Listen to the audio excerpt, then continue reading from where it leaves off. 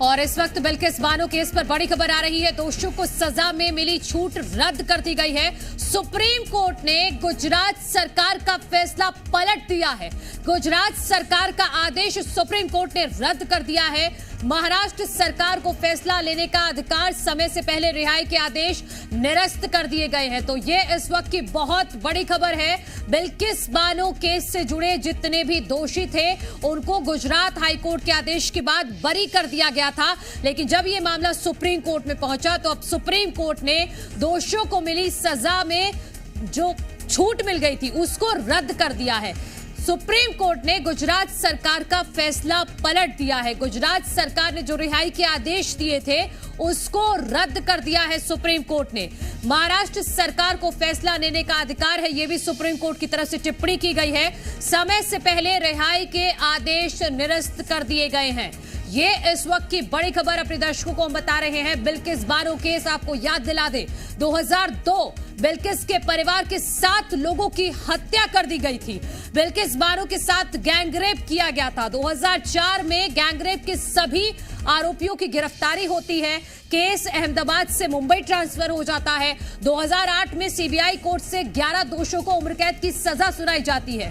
7 दोषी आरोप के अभाव में बरी हो जाते हैं। 2018 बॉम्बे हाई कोर्ट में सीबीआई कोर्ट का फैसला बरकरार रहता है और दोषियों को हाई कोर्ट से राहत मिल जाती है। साल 2019 में सुप्रीम कोर्ट का गुजरात सरकार आदेश देती है कि बिल्किस को 50 लाख मुआवजा, नौकरी और घर दिया जाए। साल 2022 में गुजरात सरकार ने 11 दोषियों को रिहा कर दिया। रिमिशन पॉलिसी के तहत रिहा हुए थे 11 दोषी। साल 2024 में अब दोषियों की रिहाई का आदेश रद्द कर दिया गया है। सुप्रीम कोर्ट की तरफ से गुजरात सरकार का आदेश रद्द कर दिया गया है। तो ये इस वक्त की बहुत बड़ी खबर अपने दर्शकों को बता रहे हैं। बिल्किस बानो केस में एक बड़ा झटका यहां लगा है।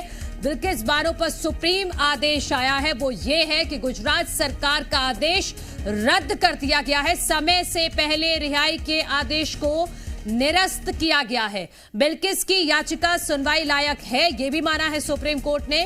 फैसले का अधिकार महाराष्ट्र सरकार को है, ना कि गुजरात सरकार को, यह भी बोला है साफ तौर पर। सुप्रीम कोर्ट ने तीखी प्रतिक्रिया दी है, तीखी टिप्पणी की है कि गुजरात सरकार को फैसला लेने का अधिकार नहीं था, यह सिर्फ हक है महाराष्ट्र सरकार का।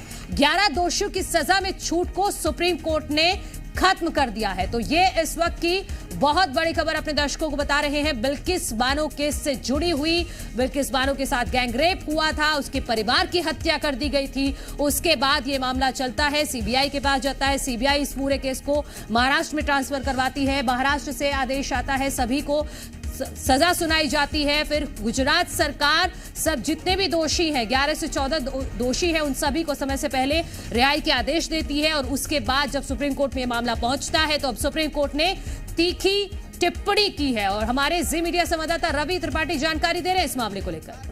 इस मामले में इसी वजह से आप याद कीजिए कि गुजरात से इस केस को शिफ्ट करके महाराष्ट्र दिया गया, क्योंकि लगा कि गुजरात में उसको न्याय नहीं मिलेगा, इसलिए महाराष्ट्र में इस केस को शिफ्ट किया गया। और अब की बात करें, देखिए वाजिब बात जब कर रहे हैं अरविंद, तो देखिए एक बड़ा मसला है कि 2012 में जो निर्भया केस होता है, निर्भया कांड होता है, उसके बाद पूरा कानून बनता है और रेप एक बड़ा मुद्दा होता है कि रेप के बाद जो मर्डर का इशू है, ऐसी स्थिति में किस तरह का अपराध माना जाए और किस तरह की सजा होनी चाहिए। पूरे देश में बड़ा आंदोलन चलता है, एक बड़ी चर्चा होती है और उसके बाद कानून बनता है कि कितनी सख्त सजा होनी चाहिए। क्या रेप के दोषियों को माफी दी जा सकती है या नहीं दी जा सकती है, तो कानून तय करता है, कानून की भाषा होती है। लेकिन उस वक्त एक इमोशन जुड़ा था, तो वैसी स्थिति का फायदा उठाते हुए कानून बना और कहीं ना कहीं वही कानून आज काम आ रहा है। इन दोषियों को फिर से एक बार सलाखों में डालने के पीछे ये काम आ रहा है। तो कहीं ना कहीं विपक्ष इस मुद्दे को उठाएगा। विपक्ष इसका आज जो विपक्ष है, जब सत्ता में था, इसका खामियाजा भुगत चुका है। निर्भया केस का माहौल ऐसा बना था, मुझे आज भी याद है कि इंडिया गेट पर जिस तरह से कैनन चलाए गए थे और वाटर कैनन, इसी ठंड में 4 से 6 वाटर कैनन का पानी खत्म हो गया, लेकिन फिर भी लोग नहीं हटे थे। लोगों में कितनी नाराजगी थी, लोगों में कितना गुस्सा था। लेकिन ये मामला गुजरात का है, तो कहीं ना कहीं जो रेप का केसेज होता है, रेप केसेज में जो अपराधी होते हैं उनको सजा में माफ़ी होना चाहिए, नहीं होना चाहिए। जो आधार है 14 साल 25 साल अलग अलग स्टेट्स के हो सकते हैं, लेकिन ये मुद्दा पॉलिटिकल है और पॉलिटिकली कांग्रेस पार्टी हो चाहे तमाम पार्टियाँ इसको बनाएंगी। जैसे कि हमारे सहयोगी बता रहे हैं कि ये मामला पूरी तरह से पॉलिटिकल है, वो इसलिए भी क्योंकि सजा महाराष्ट्र में हुई तो गुजरात सरकार दोषियों को रिहा करती है, उसके बाद ये मामला सरकार ने दोषियों की रिहाई को लेकर जो अपने विशेषाधिकार है उसका दुरुपयोग किया है। दूसरी महत्वपूर्ण बात यह कि कोर्ट ने कहा कि मई 2022 में जब सुप्रीम कोर्ट का आदेश आया था एक दोषी की रिहाई को लेकर, उस वक्त गुजरात सरकार ने कोर्ट में दलील दी थी कि रिहाई के बारे में फैसला लेने का अधिकार महाराष्ट्र सरकार को है, गुजरात सरकार को नहीं है। यानी उस वक्त एक दोषी की अर्जी का गुजरात सरकार ने यह कहते विरोध किया था कि चूंकि ट्रायल महाराष्ट्र में चला है तो महाराष्ट्र सरकार फैसला लेगी, हमारा कोई लेना देना नहीं है। लेकिन सुप्रीम कोर्ट ने जब फैसला दे दिया कि गुजरात सरकार को फैसला लेने का अधिकार है, तो उस वक्त उस फैसले के खिलाफ गुजरात सरकार ने पुनर्विचार याचिका दाखिल नहीं की। तो यह कहते हुए सुप्रीम कोर्ट ने गुजरात सरकार के रवैये पर सवाल खड़ा किया है और यह माना कि उन्होंने अपने विशेषाधिकार पावर का दुरुपयोग किया है। और कोर्ट ने दूसरी बात यह कही कि मई 2022 में जो गुजरात सरकार का स्टैंड था वो अलग था, आज गुजरात सरकार कह रही है कि उसी फैसला लेने का अधिकार है, लेकिन उस वक्त जो फैसला आया उसके खिलाफ पुनर्विचार याचिका दाखिल करने की जहमत भी गुजरात सरकार ने नहीं उठाई।